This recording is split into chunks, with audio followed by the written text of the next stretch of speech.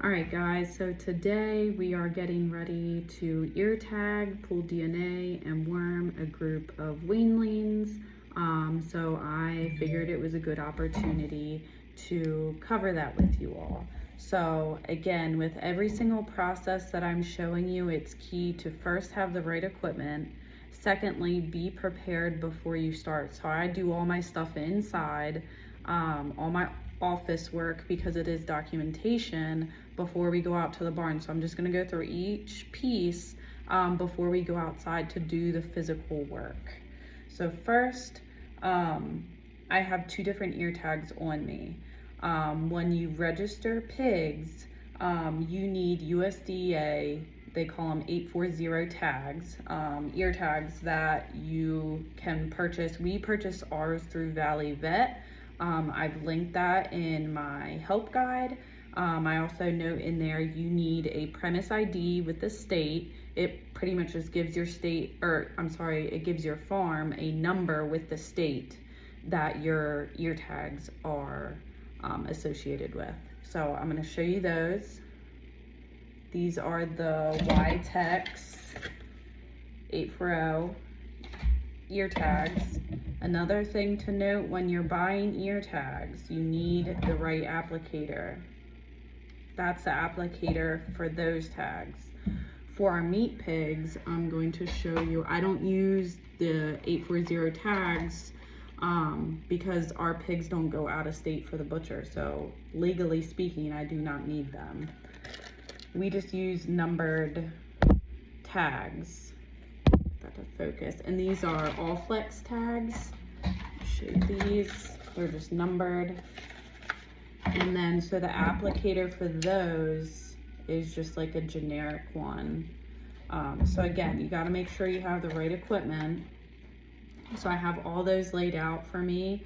The next piece that I always make sure I have done is only certain pigs, like I said, are getting these 840 ear tags. They're the ones that are being registered. Out of over 20 pigs out there, I only have 5 that I'm ear tagging for registration, just for reference. So this is the next piece that I need to do. I have my envelope.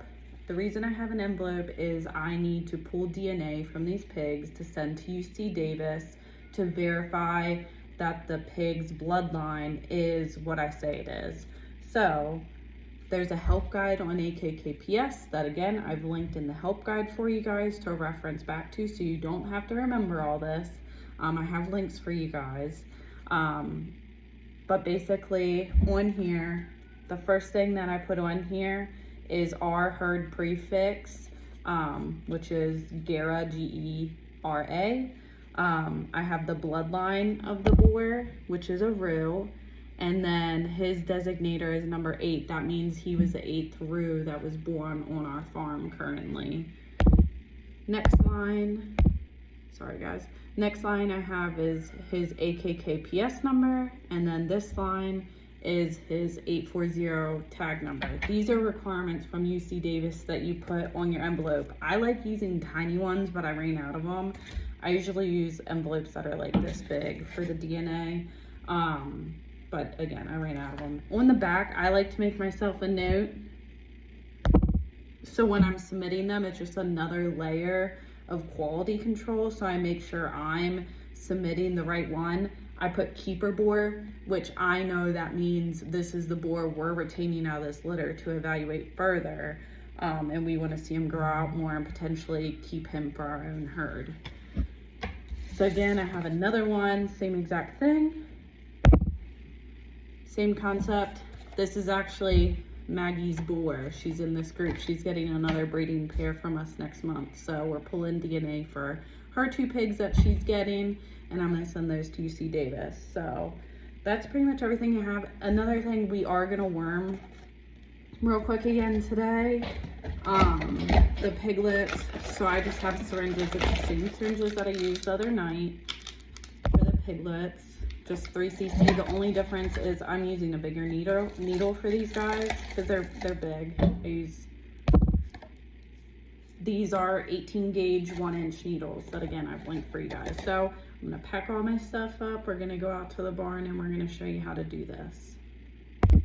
Real quick, I did forget. I forgot a step that I wanted to explain. I just got in the middle of all of it and forgot to explain where I was getting those registration numbers and all that. So on my phone, I have up my litter notification that I submitted with AKKPS. This is something that I submitted right after the piglets were born. I have in a help guide coming about the registration process, the whole list down. The reason I haven't posted that yet is AKKPS is transitioning to a new site and they are not accepting litter notifications, registrations, any of that stuff until January 14th or 15th, I believe the date is.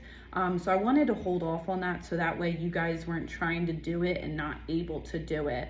But I'll get into more in-depth about litter notifications and that stuff once they are accepting them again. Okay, we're out in the barn. I have piglets locked up. We're getting ready to get started. I have everything here. I just want to show you how to set up your applicator. So we are doing the USDA 840 tags because this is a registered pig. So you're going to take one of these pieces first, put it on the back just like that, and then this pops open. It's pretty self-explanatory, but it has like a nipple on it and it clamps right in. So that way you're ready to go with that. I'm going to give this to Josh because Josh does this part. I'm going to catch a pig and then we're going to go through the next steps. All right, so I'm going to apologize if it's loud in advance. So I got my pig here. He's a big boy. Josh is gonna worm him real quick. I'm gonna show you the injection site. It's the fatty area behind the ear. Good. And then the next part, he's gonna tag the ear. So we always do the right ear when we're ear tagging. Josh is feeling right now for 2 big veins that run like a V. He's gonna show you right now where they run. You do not want to puncture those veins. If you do, it will not kill the pig, but it will hurt him and make him bleed a lot. So what he's doing is feeling for the veins. He uses his thumb as like a spacer from the base of the ear, presses hard. There you go, he's ear tagged. Next part of the process is he's going to grab the envelope that I put. He has an envelope with the pig's information on. We're gonna go to the base of the tail. He has pliers. He's going to pull hair. We need at least 30 hairs. We always make sure we have more than that to send to UC Davis. And I get a workout because he is heavy. So you can see he has hair. It has a follicle from the pig. And I get to do this about 25 more times.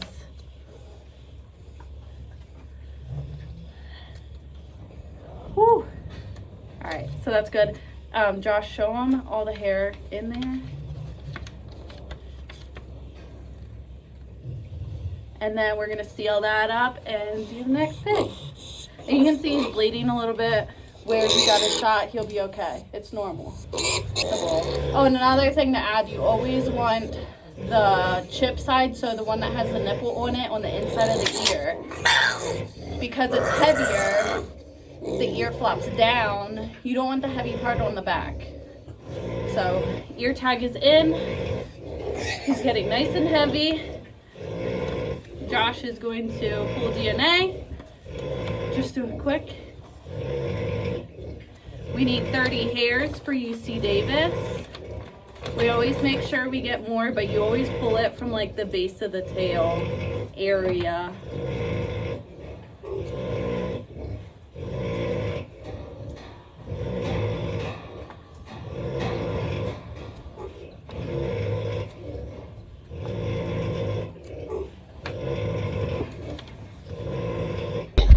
Alright, so I have a meat pig here, so not going to be registered. Josh is showing you how to use the other applicator. It's same process, just a different, kind of a different look.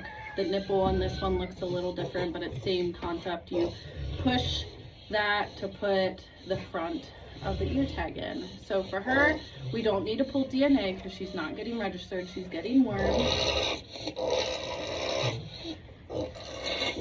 And then Josh is gonna ear tag her in the right ear. Same process, just a different ear tag.